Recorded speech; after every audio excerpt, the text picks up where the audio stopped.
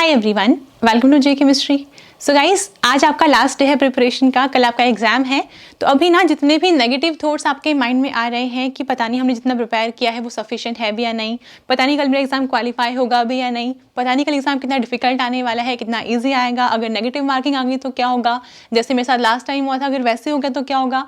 तो ये सारे थॉट्स को ना अपने घर छोड़कर जाओ। अभी कल जब एग्जाम में जा रहे हो एकदम ना फ्रेश माइंड से जाना है, जिसके लिए इंपॉर्टेंट ये है कि आप स्लीप कंप्लीट लें। आज कम से कम 7 से 8 घंटे आपको सोना ही है, ठीक है। ये मत सोचना कि हम 2-3 घंटे सो लेते हैं, बाकी सारा टाइम पढ़ाई को देते हैं। लास्ट मोमेंट पे आपको पता है एग्जाम में नए क्वेश्चन से देखने को मिलेंगे, है ना। तो वहाँ पर नए क्वेश्चन को अप्रोच करने के लिए इंपॉर्टेंट ये है कि आपका माइंड आपके मैक्सिमम एफिशिएंसी पे हो। अगर कम नींद लेके जाओगे नहीं हो पाएंगे क्वेश्चन अप्रोच, ठीक है। तो लास्ट पे ऐसा स्टंट मत करना कि बहुत कम सो के चले गए, बिना सोए चले गए। कुछ स्टूडेंट करते हैं ऐसा काम, मैं भी करती थी अपने टाइम पे, और उसका रिजल्ट भी कभी ना दी जाता था। तो सेमेस्टर एग्जाम्स अलग चीज़ होती है, कॉम्पिटेटिव एग्जाम्स अलग चीज़ होते हैं। आपको प्रॉपर स्लीप लेकर जानी है। और हाँ, कई बार स्टूडेंट्स क्या होते हैं, उनका नॉर्मल स्केड्यूल होता है कि वो सुबह उठ के खाना खाते हैं, ब्रेकफास्ट करते हैं, लंच करते हैं। एग्जाम आपका 3 to 6 PM है ना। तो उस टाइम पे मेक श्योर कि अगर आपको हैबिट है लंच करने की, आप लंच करके जाओ। ये मत सोचना कि कहीं से हमने किसी वीडियो में सुन लिया या किसी ने सजेस्ट किया था कि अगर बिना खाना खाए जाए एग्जाम में तो थोड़ी सी एफिशिएंसी ज़्यादा होती है ब्रेन की। तो इतना माइंड मत लगाना, हर किसी की बॉडी अलग तरीके से वर्क करती है। अगर आपको लग रहा है कि आपके लिए आप नॉर्मल डेली बेसिस पर लंच करते हो तो उसी के अकॉर्डिंग करके जाना है, ठीक है। लास्ट मोमेंट पे कुछ चेंज नहीं करना। आपका माइंड मैक्सिमम एफिशिएंसी भी होना चाहिए, वो तभी होगा जो आपका वैसे नॉर्मल रूटीन रहता है वैसे ही रहे तो ही, ठीक है। तो लास्ट मोमेंट पे कोई नए स्टंट नहीं करने आपको, ठीक है। इसके बाद जब आप कल एग्जाम में जाएंगे तो मेक श्योर आपका जो एडमिट कार्ड है उसके आपके पास हार्ड कॉपी हो, सिर्फ फोन में दिखाने से काम नहीं चलेगा। जो आपकी ID है वो भी ओरिजिनल आपको लेकर जानी है। एक आपको पासपोर्ट साइज फोटो लेकर जानी है, जो वहाँ पर आपको अटेंडेंस शीट मिलेगी उसमें आपको पेस्ट करनी होती है, ठीक है। तो अपनी पासपोर्ट साइज फोटो लेकर जाएंगे, पेन लेके जाएंगे, बाकी रफ शीट वहाँ पे मिल जाती है। तो ये तो कुछ बेसिक चीज़ें हैं। इसके बाद आपको ध्यान ये रखना है, कई बार ना हमें पता होता है, हमारी फैमिली में भी कई बार ऐसा हो जाता है, या फिर हमारे फ्रेंड्स हो सकते हैं, हमारे सिबलिंग्स हो सकते हैं, कई बार ना कुछ नेगेटिव बोल जाते हैं एग्जाम से पहले कि इस बार तो क्लियर करके ही आना, है ना। ऐसा कुछ बोल देते हैं, कुछ ऐसा जो आपको पिंच कर जाता है एग्जाम से पहले, आपका सारा मूड ही खराब हो जाता है। अगर आपको लग रहा है आपके आसपास आपके नेबर्स में से, आपके रिलेटिव्स में से कोई ऐसा है जो नेगेटिव कुछ बोल सकता है, उनसे थोड़ा सा डिस्टेंस बना के रखो, ठीक है। मैं सिर्फ ये कहना चाह रही हूँ कि नेगेटिव माइंडसेट के साथ हम नहीं जाएंगे। तो आपको लग रहा है इस बंदे से नेगेटिव वाइब्स आती है, उससे दूर ही रहो, ठीक है। इसके बाद जब आप एग्जाम देने जा रहे हो सो ट्राई करो कि जो आपके फ्रेंड्स आपके साथ जा रहे हैं उनसे आप केमिस्ट्री डिस्कस ना करो, क्योंकि लास्ट मोमेंट पे होगा क्या, मान लो उन्होंने आपसे कोई क्वेश्चन पूछ लिया कि यार बताना ये वाला क्वेश्चन कैसे होगा। सपोज आपने लेट्स से कोऑर्डिनेशन का क्वेश्चन पूछ लिया उन्होंने, आपने कोऑर्डिनेशन पढ़ा भी है अच्छे से, लेकिन बाय चांस जो क्वेश्चन वो पूछ रहे हैं क्या पता वो सिलेबस का हो ही ना, उन्होंने कहीं से उठाया रैंडमली पूछ लिया आपसे, ठीक है। अब आपने वो क्वेश्चन देखा, आपसे नहीं हो रहा सॉल्व, आपके माइंड में शुरू हो जाएगा यार मैंने कोऑर्डिनेशन तो बहुत अच्छे से पढ़ा था और मुझसे कोऑर्डिनेशन का क्वेश्चन एग्जाम से पहले सॉल्व नहीं हो रहा, तो अगर एग्जाम में कोऑर्डिनेशन आएगा तो मुझसे कैसे सॉल्व होगा। तो पहली बात तो जो क्वेश्चन आपके फ्रेंड ने पूछा है वो तो एग्जाम में आने वाला है नहीं, है ना। अगर आ भी जाएगा तो छोड़ देना। आपको पार्ट C में आउट ऑफ 60 25 क्वेश्चन से तो अटेम्प्ट करने हैं, पार्ट B में आउट ऑफ 40 35 अटेम्प्ट करने हैं। तो अगर वो क्वेश्चन आ भी रहा है एग्जाम में तो भी कुछ फर्क नहीं पड़ता, उसको छोड़ देना, बाकी जो क्वेश्चन होंगे उसको अटेम्प्ट कर लेना, ठीक है। तो मेरा मेन पॉइंट ये है कि अभी तक ना आप वीडियो के बाद थोड़ी सी मोटिवेटेड आई नो फील करोगे, आप थोड़ा सा मोटिवेटेड, तो ये ना हो कि अभी तो मोटिवेशन लेके यहाँ से सो गए, सुबह उठे एग्जाम से 1-2 घंटे पहले कुछ ऐसा हो गया जिससे सारा कॉन्फिडेंस डाउन हो गया। तो ऐसा आपको नहीं होने देना है, ठीक है। पूरा कॉन्फिडेंटली जाना है एग्जाम में, एग्जाम अच्छा ही होगा, ठीक है। इसके बाद ना अब आपका एग्जाम आ गया आपके सामने, आपको अटेम्प्ट करना है। अब अटेम्प्ट करने के लिए सबकी स्ट्रेटजी डिफरेंट हो सकती है। अगर आपके पास पहले से कोई स्ट्रेटजी है माइंड में, उसको रखो, उसी को अप्लाई करना। अगर आपने कोई टेस्ट सीरीज ज्वाइन की थी, आपने वहाँ पे कुछ एक्सपेरिमेंट कर लिया ऑलरेडी, आपने एक स्ट्रेटजी अपनी बना ली है, तो उसी को फॉलो करना, मेरे वाले सुन के चेंज नहीं करनी आपको, ठीक है। आपको ज़्यादा पता है कि आपके लिए क्या बेस्ट वर्क करता है। जो मैं स्ट्रेटजी आपको बता रही हूँ वो मेरे लिए बेस्ट वर्क करती है, इसलिए मेरे लिए बेस्ट स्ट्रेटजी है, ठीक है। तो आपके लिए अपनी डिफरेंट हो सकती है। अगर हाँ आपको लगे कि हाँ ये वाला पॉइंट ठीक है, ये मुझे ऐड करना चाहिए अपनी स्ट्रेटजी में, तो आप कर सकते हैं, ठीक है। ओके, तो सबसे पहले ना ये वाला एग्जाम्पल मैं बहुत बार जे केमिस्ट्री ऐप के स्टूडेंट्स को भी देती हूँ, यूट्यूब पे भी कई बार बोल चुकी हूँ, मैं फिर से बोल देती हूँ। देखो, जब भी हम प्रिपरेशन कर रहे होते हैं ना, तो मान लो मैंने आपको एक चैप्टर पढ़ाया या आपने चैप्टर खुद से पढ़ लिया, हो सकता है आपने सेल्फ स्टडी करी हो, ठीक है, आपने खुद से चैप्टर पढ़ लिया। लेट्स से हम बात करते हैं इलेक्ट्रोकेमिस्ट्री की। इलेक्ट्रोकेमिस्ट्री मैंने आपको पढ़ा दिया, आपके किसी भी टीचर ने आपको पढ़ा दिया, आपने सेल्फ स्टडी से सीख लिया, ठीक है। अब ना चैप्टर पूरा सीखने के बाद आपको असाइनमेंट सॉल्व करना है, उसके बाद आपको क्लास टेस्ट देना है, फिर टेस्ट सीरीज देनी है और लास्ट में भी एग्जाम देना है, ठीक है। तो सपोज करिए इस वाले सिचुएशन को ना मैं हमेशा रिलेट करती हूँ। सपोज करो मैंने आपको सिखाया, सपोज लेट्स से बाइक चलाना सिखा दिया मैंने आपको, या आपको पहले से आते हैं, मुझे भी नहीं आती वैसे बाइक चलानी, बट सपोज बाइसिकल चलानी सीख लिया आपने, कुछ भी मतलब मान लो कुछ भी टू व्हीलर है, कुछ भी, ठीक है, बाइक मान ली हमने या साइकिल मान लो, जो मन करे वो मान लो। अब ना अगर मैं आपको बोलती हूँ कि आपने सीख तो ली है, आपको इतने स्पेस में ना चलानी है, आप आराम से चला दोगे, इतना सा होता है टायर, आराम से निकाल लोगे यहाँ से, ठीक है, यहाँ से आपने निकाल ली। इसके बाद मैंने ये स्पेस कम कर दिया और मैं आपको बोल रही हूँ कि इतने स्पेस में आपको बाइक चलानी है, आप इतने स्पेस में भी चला लोगे, कोई प्रॉब्लम नहीं है ना। इसके बाद मैंने कर दिया कि सिर्फ ना इतना स्पेस है आपके पास, इसमें चलाओ, इतना स्पेस है सिर्फ, आपको यहीं से निकालनी है बाइक, ठीक है, आप इसमें भी चला लोगे। तो ये ना इसको हम रिलेट कर सकते हैं अपने वाले सिनेरियो से। मैंने आपको पहले चैप्टर पढ़ाया, चैप्टर पढ़ाने के बाद मान लो आपने असाइनमेंट सॉल्व किया, असाइनमेंट के टाइम पे आपके पास इतना सारा स्पेस है कि क्वेश्चन गलत हो रहा है तो हो जाए, आपके बाइक यहाँ जाए तो भी ठीक है, यहाँ जाए तो भी ठीक, कैसे भी निकल जाए, मतलब समझ रहे हो, तो उस टाइम में कोई टेंशन ही नहीं है। फिर ना क्लास टेस्ट की बारी आती है, इतना स्पेस आपके पास है, इसमें आप थोड़े से ऐसे थोड़ी सी कंसर्न रहेगी आपके माइंड में कि ठीक है इतना सा स्पेस है तो हम ट्राई करेंगे कि बाहर ना जाए अपनी बाइक, चला लोगी, थोड़ा सा प्रेशर आएगा माइंड के ऊपर। इसके बाद मान लो आपने सारी प्रिपरेशन कंप्लीट कर ली, लास्ट में आप टेस्ट सीरीज दे रहे हो, टेस्ट सीरीज में थोड़ी सी फीलिंग आनी स्टार्ट होती है, हाँ एग्जाम है तो टेस्ट सीरीज में अच्छा स्कोर करना है, तो थोड़ा सा प्रेशर होता है माइंड के ऊपर। ये सारी चीजें ना आप ऑलरेडी कर चुके हो, है ना, आप ये सब कुछ देख चुके हो। अब क्या है, अब अपना फाइनल एग्जाम है। फाइनल एग्जाम में सिर्फ होना ये है कि अभी तो हम नॉर्मल फ्लोर पे अपनी बाइक और साइकिल चला रहे थे, अब हुआ ये है, सपोज करो आपके पास 3 to 4 फ्लोर्स की बिल्डिंग है, सबसे ऊपर टेरेस पे चले जाओ, ठीक है, वहां जाके जो बिल्कुल बाउंड्री है ना बिल्डिंग की, टेरेस की जो बाउंड्री है चारों तरफ, मैं आपको बोल रही हूँ आपको इसके ऊपर साइकिल चलानी है। अब सपोज करिए जो बाउंड्री है ना वो इतनी है वो, ठीक है, इस तरह आपकी टेरेस है, इस तरफ गिरे तो बिल्कुल नीचे जाओगे ग्राउंड पे, ठीक है, मैं आपको बोल रही हूँ इस पे बाइक चलानी है आपको। अब ना आपको बाइक चलानी आती है, आप इससे भी कम स्पेस में चला चुके हो, है ना, इससे कम स्पेस में आप ऑलरेडी चला चुके हैं, लेकिन अब आपको ये पता है कि स्पेस तो ज्यादा है, लेकिन फिर भी अगर इस तरफ गिरे, यानी कि अगर टेरेस की तरफ गिरे चोट लगेगी, बाइक भी टूट सकती है ना, अगर इस तरफ गिर गई गलती से बस फिर तो खत्म, फिर तो डायरेक्ट ऊपर, समझ रहे हो। तो यही वाली चीज एग्जाम में भी होती है कि हम सारे क्वेश्चंस हमने कर रखे हैं, मतलब चैप्टर हम पढ़ कर आए हैं, कॉन्सेप्ट हमें पता है सॉल्व कैसे होंगे, हमारे पास टाइम भी है, हमें कैलकुलेशन भी आते हैं, कॉन्सेप्ट भी आता है, लेकिन फिर भी अगर ये क्वेश्चन गलत हुआ या फिर अगर हमारे ओवरऑल मार्क्स कम बने तो या तो हम इस तरफ गिरेंगे कि पेपर आपका 2-3 मार्क्स से क्वालिफाई होने से रह जाएगा, या फिर बिल्कुल ही यहाँ गिरेंगे, मतलब बिल्कुल गया, नेट भी नहीं हुआ, ठीक है। तो जो ये वाली टेंशन होती है ना, ये चीज़ें खराब करवाती है। तो आप सिर्फ ये सोच के जाओ आपकी बाइसिकल सेम है, आपको स्पेस जितना पहले मिला उससे ज़्यादा ही मिल रहा है स्पेस, आपको सारी चीज़ें आती हैं, बस आप हाइट देख के डर रहे हो, तो आपको ना वो हाइट वाला जो डर है ना उसको निकाल दो, समझ रहे हो। तो आपको सिर्फ वो हाइट वाला डर निकाल देना है कि मेरा पेपर खराब हो जाएगा तो मैं क्या करूंगा, अगर मेरे मार्क्स कम आए तो मैं क्या करूंगा, जो भी करना होगा, देखो सिचुएशन तो आपको ही फेस करनी है ना, तो उसके लिए पहले से रेडी हो जाओ। एग्जाम जैसा भी होगा सिचुएशन तो हमें हर हाल में फेस करनी है। ऐसा तो है नहीं कि एग्जाम में अगर हम सोल्यूशन निकालने बैठेंगे सिचुएशन का तो वहां तो निकालेंगे, एग्जाम से बाहर नहीं निकाल पाएंगे, आपको भी पता है बाहर आके आपको ही सब कुछ टैकल करना है। तो इंपॉर्टेंट ये है कि एग्जाम टाइम पे ये सारी चीजें नहीं सोचनी, आपके पास 3 आवर्स का टाइम है, उसमें अपने आपको बेस्ट देना है, ठीक है। तो सिर्फ ये सोचना है गिरेंगे तो गिर जाएंगे, अगर ऊपर जाना हुआ तो ऊपर चले जाएंगे, जो भी होगा देख लेंगे, लेकिन अभी जो 3 आवर्स का टाइम है उसमें तो परफॉर्म करना है हमें। तो ये वाली थॉट्स माइंड में लेके जाओ कि आपको आता है, बाहर कहाँ से आएगा, तो सिलेबस तो सब कुछ सेम ही है ना, जो आपने इलेक्ट्रोकेमिस्ट्री पढ़ा है, जो ग्रुप थ्योरी पढ़ा है, जो भी पढ़ के गए चैप्टर्स, क्वेश्चन आएंगे वहां से, बस आपको उनको करेक्टली अटेम्प्ट करना है, ठीक है। ये वाली कहानी खत्म हो गई। अब बात ये एग्जाम अटेम्प्ट कैसे करेंगे, वैसे मैं काफी बार पहले बता चुकी हूँ, फिर से बता देती हूँ एक बार। देखो आपको पता है आपके पास 3 पार्ट आने वाले हैं, part C, part B, part A. मैंने पार्ट सी पहले क्यों बोला, यहाँ पर अपने 100 मार्क्स लाए कर रहे हैं, आपका टोटल पेपर 200 मार्क्स का है, जिसमें से 100 मार्क्स आपके पार्ट सी में है, तो अपने लिए तो सबसे ज्यादा इंपॉर्टेंट यही है। और क्वेश्चन कितने करने हैं, 25। नेट में आपके पास बहुत ज्यादा चॉइस होती है, अगर ढंग से मैनेज करने पे आए ना आप बहुत अच्छा स्कोर करके आओगे।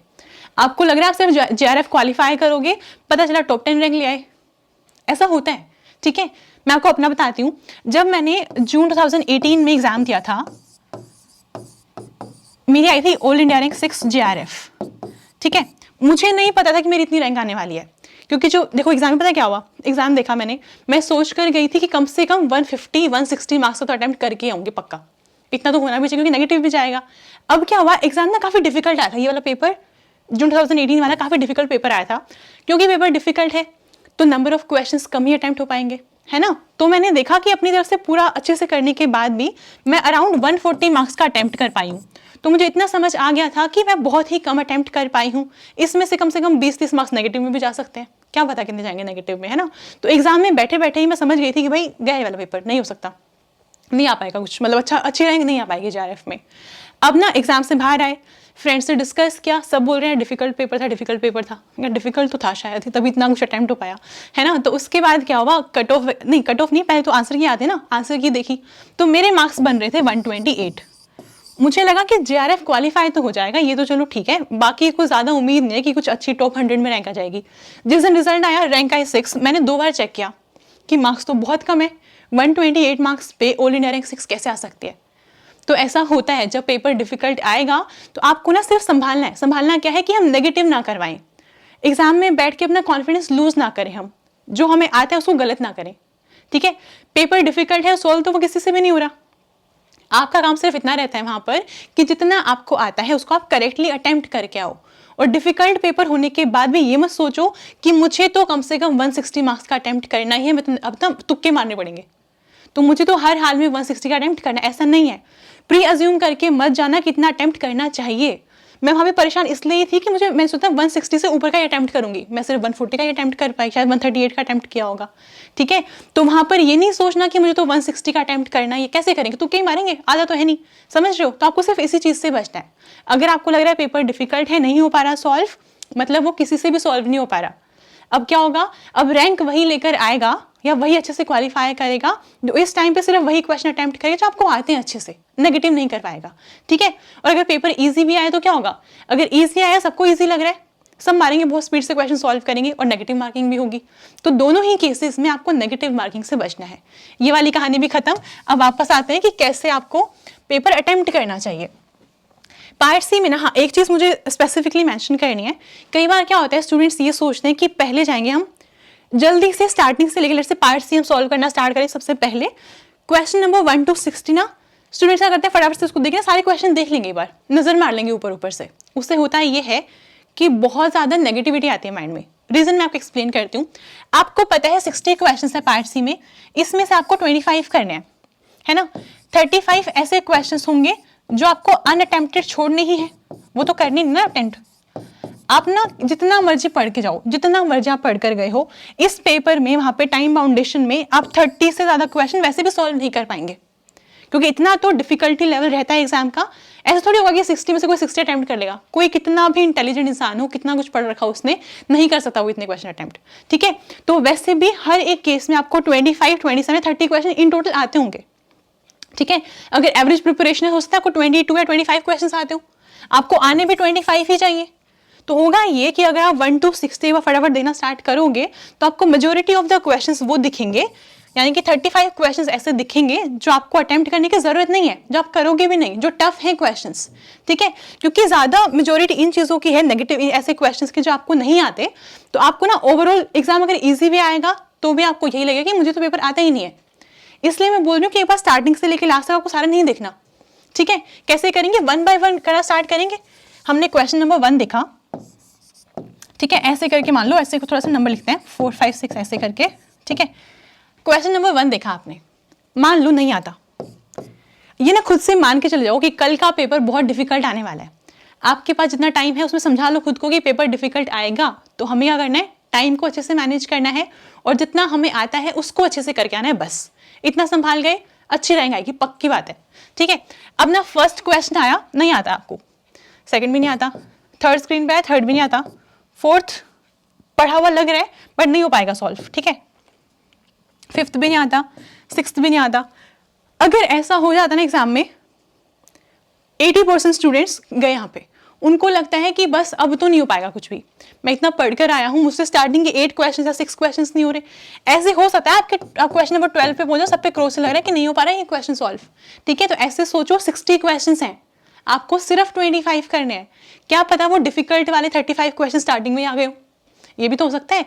तो आप सिर्फ इतना काम करेंगे, अच्छे से एकदम होपफुल होके क्वेश्चन नंबर 60 तक पहुंचेंगे। आपको बहुत सारे क्वेश्चन आते होंगे, आप सिर्फ ये सोचो सारे डिफिकल्ट क्वेश्चन पहले आ गए, तो यहाँ तक पहुंच के कि मुझसे एक भी क्वेश्चन सॉल्व नहीं हो रहा, आपको डीमोटिवेट नहीं होना बस, ठीक है। ऐसे करना है। अब मान लीजिए हम पहुंचे क्वेश्चन नंबर 13 पे, हाँ ये वाला क्वेश्चन ईजी आ गया, ये हमने अटेम्प्ट कर दिया, है ना। अब आते हैं 14th क्वेश्चन के ऊपर। 14th क्वेश्चन जो है, सपोज करते हैं कि ये क्वेश्चन है लेट्स से स्टीरियोकेमिस्ट्री का, ठीक है। ये क्वेश्चन है स्टीरियोकेमिस्ट्री का, यहाँ पे कोई रिएक्शन पूछी है, पहले रिएक्शन करवा के लास्ट में जो प्रोडक्ट है उसकी आपको कॉन्फ़िगरेशन बतानी है, या उसमें आपको बताना है नंबर ऑफ कार्बन 13 NMR में सिग्नल्स कितने आएंगे, ऐसा कुछ है मान लो, ठीक है। आपको पता है कि आप पढ़कर तो आए हो, आप सॉल्व तो कर लोगे, लेकिन क्वेश्चन लेंदी है ना। तो स्टार्टिंग में जब आप फर्स्ट टाइम पेपर को देख रहे हो, अपना राउंड 1 चल रहा है ये, इस वाले केस में ना आप इसको अटेम्प्ट नहीं करेंगे, क्योंकि राउंड 1 में हम सिर्फ वो वाले क्वेश्चन अटेम्प्ट कर रहे हैं जो हमें अच्छे से आते हैं, जिसके लिए हम 100% श्योर हैं और जो टाइम वेस्ट नहीं करवाएंगे अपना, ठीक है। तो इसको हम डाल देंगे मार्क फॉर रिव्यू में। 15th पे आते हैं, आपको अच्छे से आता है, अटेम्प्ट कर दो। 16th नहीं आता, छोड़ दो। 17th पे आओ, आपको लग रहा है कि आता तो है लेकिन कैलकुलेशन बहुत लेंदी है इसकी, लेट्स से इलेक्ट्रोकेमिस्ट्री का क्वेश्चन है, 2-3 चीजें पूछी हुई है, या थोड़ी सी यूनिट कन्वर्जन करना पड़ेगा। आपको पता है आता है लेकिन टाइम ले जाएगा बहुत, हमारे पास टाइम देने के लिए नहीं है स्टार्टिंग में, है ना। इसको हम डाल देंगे मार्क फॉर रिव्यू में। ऐसे कर करके आपको लास्ट में क्वेश्चन नंबर 60 तक पहुंचना है। क्योंकि आप बहुत स्पीड से सॉल्व कर रहे हो, तो ये हो सकता है कि with in let's say 30 minutes आप 60 क्वेश्चन तक पहुंच गए, और तब तक मान लो आप 7 to 8 क्वेश्चंस अटेम्प्ट कर पाए हो, सिर्फ इतने। आपने क्वेश्चन नंबर 1 to 60 देख लिए पार्ट सी के, लेकिन सिर्फ 7 to 8 ही अटेम्प्ट कर पाए। लेकिन खुश हो जाओ इस बात के लिए कि इनके लिए आप 100% श्योर हैं, ठीक है। क्या करेंगे अभी,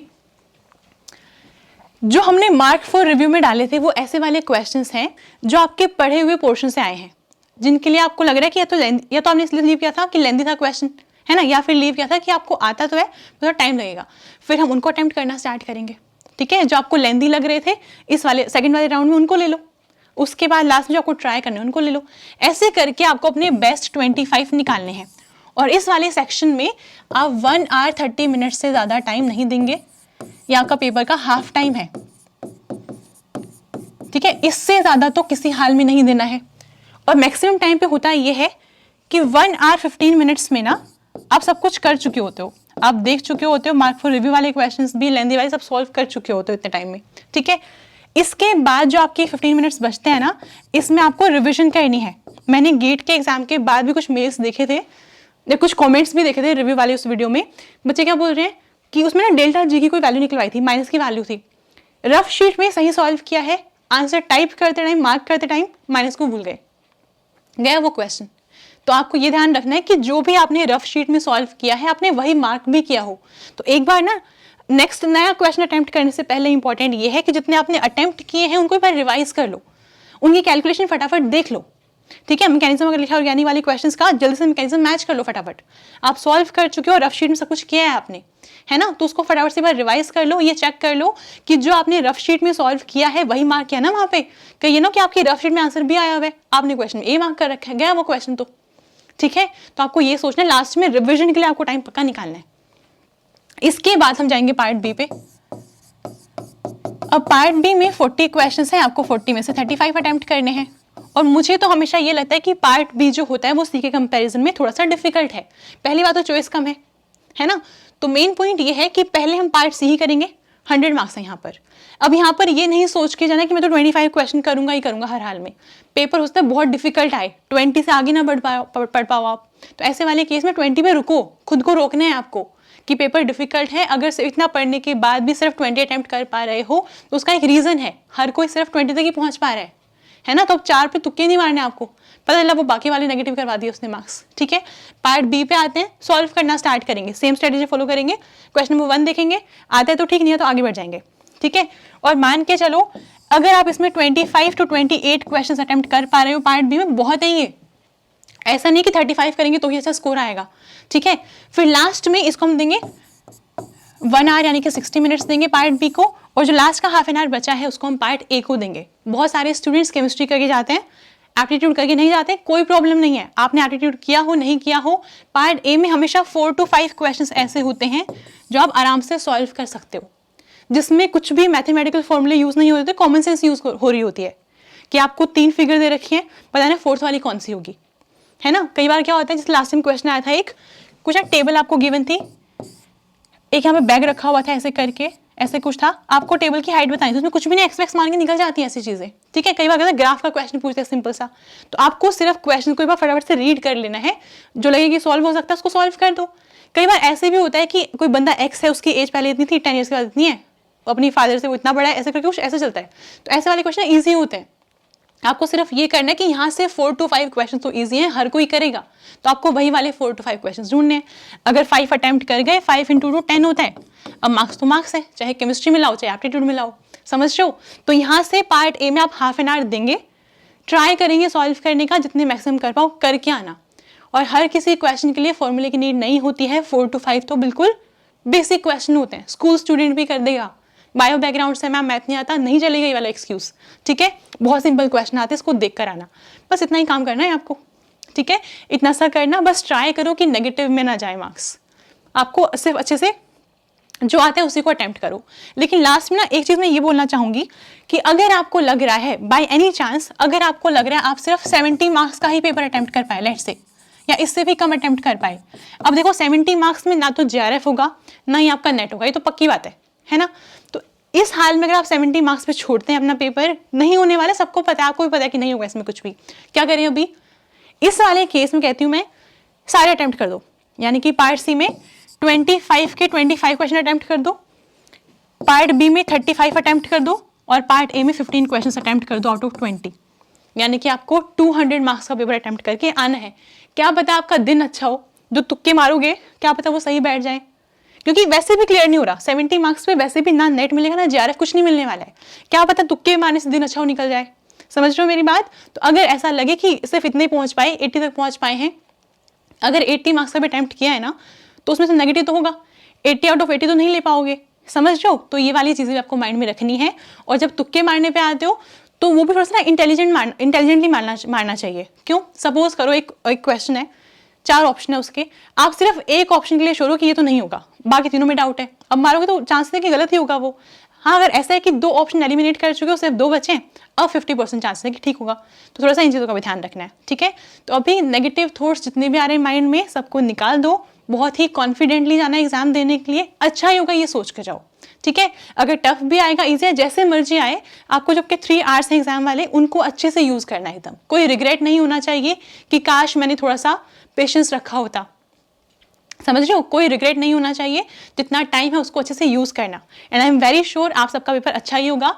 आप सबको बहुत सारा ऑल द बेस्ट, पक्का अच्छा होने वाला है, बस अपना अच्छे से सो के जाना, ठीक है। और बाकी कोई नया स्टंट अवॉइड करना लास्ट वाले टाइम पे। अभी के लिए सिर्फ इतना ही, कल एग्जाम के बाद मिलते हैं। All the very best.